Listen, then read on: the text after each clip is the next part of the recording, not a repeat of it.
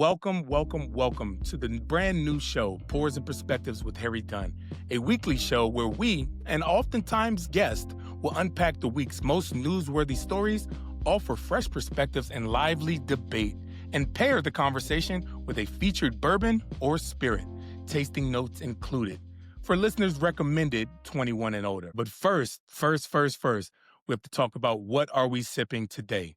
For this episode, I chose to go, rightfully so, with a bottle called the Senator Barrel Proof 114.6, alcohol by volume 57.3. So I'm going to go ahead and crack this baby open and give it a taste right now. Now, a lot of these bottles that I'm going to be having over the time, I've already had before, and I'm just going back to it. So this is going to be the one that I've had this one before, and it is one of my favorite expressions right here. And I'm drinking out of a Glencairn glass, which offers the best opportunity to taste those notes and everything like that. That's a strong one, but it's going to be needed for today's show. In today's inaugural episode, I won't be having any guests. I want to take this opportunity to you all to know who I am, besides knowing Officer Harry Dunn, a guy who lived his worst day on national TV. We will be talking, obviously, about the news that happened with Charlie Kirk last week, the school shooting in Colorado that happened simultaneously. We're also going to talk about the new installment, the third edition of the new January 6th committee that the Republicans, led by Mike Johnson, are establishing in order to whitewash what happened on January 6th. And finally, we will talk about in 2026, what's going to happen and the record number of elected officials that are choosing not to return to office. All right, y'all, let's talk about the elephant in the room. Last week, September 10th, Charlie Kirk was shot dead in Utah while doing what he does all the time, debating people, exercising his free speech, no matter if we agree with it or not. Now, let me be fully clear and have a moment and just say, under no circumstances can we normalize political violence. It seems to keep on rearing its ugly head over and over again. Several years ago, we had the attack on Steve Scalise and House Republicans on the baseball field while they practiced for the congressional baseball game. Think back to when Paul Pelosi was attacked, the attempted assassination attempt on Donald Trump. Melissa Hortman in Minnesota and her husband were assassinated this summer. We cannot normalize this. And listen, we continually have in these episodes, these events that happen. And it's so unfortunate. And it's scary. It's scary out there for people that are using their voice to practice the free speech. It's very scary, but we cannot normalize it. This is not a nation where we go around beating people up, shooting, targeting people who we disagree with. We cannot let that happen. But in the same breath, I don't think that showing indifference or not showing empathy is considered celebrating someone's death. People grieve, people react to news the way that they feel. I'm not here to police anybody's feelings or emotions. I don't believe we should be celebrating it, but that's me. On January 6th, want to talk about political violence? That's one of the most politically violent days in the history of this nation. On January 6th, Ashley Babbitt was killed. I never once celebrated her death. I saw a lot of memes that did or that took light of the situation. Somebody lost their life. A mother lost her child. And listen, maybe this is just who I am. I'm an empathetic person, but I do not believe that we should be celebrating people's deaths. That's just who I am. And I get it. People cope differently. Hell, I had police officers on January 6th who were there, who acted like it was just a normal day. They didn't care. They didn't cry. They didn't grieve. They just came to work like nothing happened. And you know what? That's okay. That's their prerogative to do so. But we cannot normalize this. People cannot be out there seeking revenge for what happened. An eye for an eye leaves the whole world blind. And if the shooting of Charlie Kirk wasn't enough, while that was happening, out in Colorado, Jefferson County, there was another school shooting.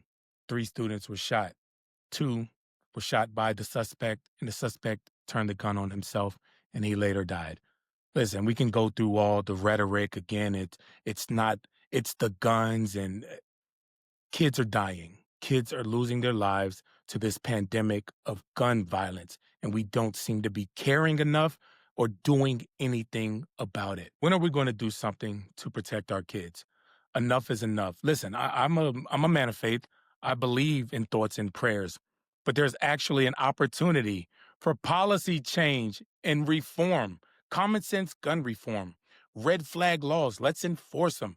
Common sense background checks, universal background checks, which 90% of Americans support. Why can't we even do that? The things that make sense to just attempt, just let's pretend like we care about our children. Let's pretend like we care about each other. We are living in a world right now where somebody can go and 3D print a gun, bump stocks, ghost guns. All these things exist. They're circumventing the laws that are already existing, the minimal laws. We need to do more. We can do more. Let's demand from our elected officials that they continue. We put the pressure on them, and let's support common sense gun reform. God, I am sick and tired of just thoughts and prayers. I get when people just throw that out there, the thoughts and prayers thing. I receive thoughts and prayers. I love it. Thank you. When people pray for me and they think, and that means a lot to me because at times that's all you can do. But these elected officials are in a position to do something more than just pray and think about it. We are in a position where we can do more. Let's continue to elect people who believe in common sense gun reform. Common sense. We're not coming to take your guns away. We just want to make sure they're put in the hands of people who are responsible, who don't have red flags. Gun manufacturers are not people. Gun manufacturing companies aren't losing their lives. The kids are losing their lives. And enough is enough. All right, man. Sorry, I got a little fired up, as we all should, when people are losing their lives. Innocent kids are losing their lives. The violence that we saw, the video that we saw of Charlie Kirk being shot, that violent, gross video of him losing his life. That is what's happening inside of classrooms, inside of schools. The only difference is it's not recorded. It's not on national TV. But that is what's happening every time these kids are shot and killed in their class. Moving on. January 6th is in the news again. You know, I find it very interesting that Republicans and MAGA have told people to get Democrats, let's get over January 6th. Get over it. But you know what? They can't stop bringing it up. House Speaker Mike Johnson has appointed 5 new Republicans to serve on the GOP-led subcommittee investigating the January 6, 2021 attack.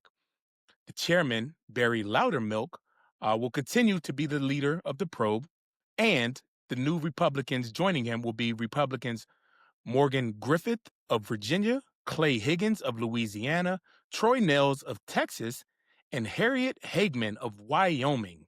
They're named to the panel. There's a picture of Troy Nehls standing in the Capitol, in the chamber on January 6th, standing behind police officers with their guns drawn, standing there at the door, afraid. There's a picture. That's not my opinion. So we all can look at that picture and say that he knows that it was no tourist visit. It wasn't a normal day at the Capitol. Now, on the Democratic side, we have some great fighters that I believe in. One of them, Eric Swalwell from California, Jasmine Crockett out of Texas, and Jared Moskowitz from Florida. Listen, those 3 people right there, I think are some of the best people we could have named to this committee. They are all fighters. They are all staunch supporters of the truth and the Constitution. And frankly, they don't take no bullshit. Let me have a drink. I almost got out of character right there. They don't take any bull, and they will refuse to let these Republicans grandstand and rewrite what happened on January 6th. Listen, one of the phrases I say all the time on all of my appearances on the news and talking about January 6th over and over again, just press play. Press mute, turn the volume down, don't listen to any pundit, just press play. And you watch with your own eyes what happened on January 6th. We saw it. Everybody saw what happened that day. I guarantee you, you remember where you were, what you were doing. You probably remember what shoes you had on. That image, those videos are seared into the memories of all Americans across the country. And there is nothing that Donald Trump can do or any Republican-led committee can do to rewrite the truth about what happened that day. It was a violent attack on the Capitol, on the American institution, the American people, our democracy. It was an attack on that. And if anybody thinks that it was anything rather than what it was, I you I want to know what you're drinking. I want to know what you're drinking. Press play. Watch what happened. You cannot rewrite history, no matter how hard you try. Donald Trump's first day in office, he pardoned over 1,500 people responsible that day. Grown men, grown women who made decisions to go to the Capitol. Now, I get it. Some of them may have been caught up in the moment. Sure, that happens. But you are a grown-ass man or woman who made a decision. And you need to live with the consequences. A pardon doesn't mean you're guilty. I mean, you're innocent. Let's be 100% clear. A pardon does not mean you are innocent. It means you are forgiven by the president. And obviously, he's going to forgive you. You all did what you did in his name. And we can never forget that. And we will never forget that, no matter how hard Republicans and Donald Trump try to rewrite history and whitewash what happened. All right, and our last story for today. This is coming from NPR. Think about NPR. They were under attack by Donald Trump for reporting the news accurately and responsibly. Man, things that we see in authoritarian states. This article from NPR states that a record number of congressional lawmakers, a record number, aren't running for re-election in 2026. Why do you think that is? Why do you think so many people are retiring? A record number, not just so many, a record number of people are stepping away from politics. Maybe they see what's going on. I would encourage a lot of people that are stepping away, especially on the Republican side, to use their voice and speak out against it now. A lot of people aren't speaking out now on the Republican side because they're afraid of Donald Trump. They're afraid to use their voice because Donald Trump commands his base to vote against you if you don't support him. And I believe that now that Republicans are leaving, a lot of Republicans are leaving office. No more political aspirations, or maybe they are. Use this moment to dig down deep, really deep, like really, really deep, and use some type of moral clarity that you have left, if you have any. Because you know that what's going on with Donald Trump is it's not American. This isn't normal. 15 are retiring altogether from public office, with the rest running for a different office. 11 are looking to become governors of their state. 10 are looking to make the jump from House to Senate. And 1, Chip Roy, is looking to become his state's attorney general. There are more Republicans signaling their desire to exit Washington, with 27 being Republicans and 10 being Democrats. Now, a lot of the times, the Republicans in these states that are leaving, they're at safe red Republican districts. But I think it gives Democrats an opportunity to go and attack those seats. Let's go get them. Let's turn all red seats purple and all purple seats blue. We have an opportunity in 2026. They're already operating at a very slim majority now in the House. And we have an opportunity. I am Democrat. I'm not going to I don't hide my feathers. I am liberal. I ran as a Democrat. I support the Democrats because Republicans aren't governing in a way that represents all of America. They're representing a very select few, a minority, billionaires, parks, the tech bros. They don't represent America. Democrats fight for other people. Republicans fight for themselves. We have an opportunity in 2026, especially we're seeing what's being signaled in here. They don't want a lot of Republicans, Democrats either. Nobody wants to be in Congress. But right now, more than ever, we need fighters.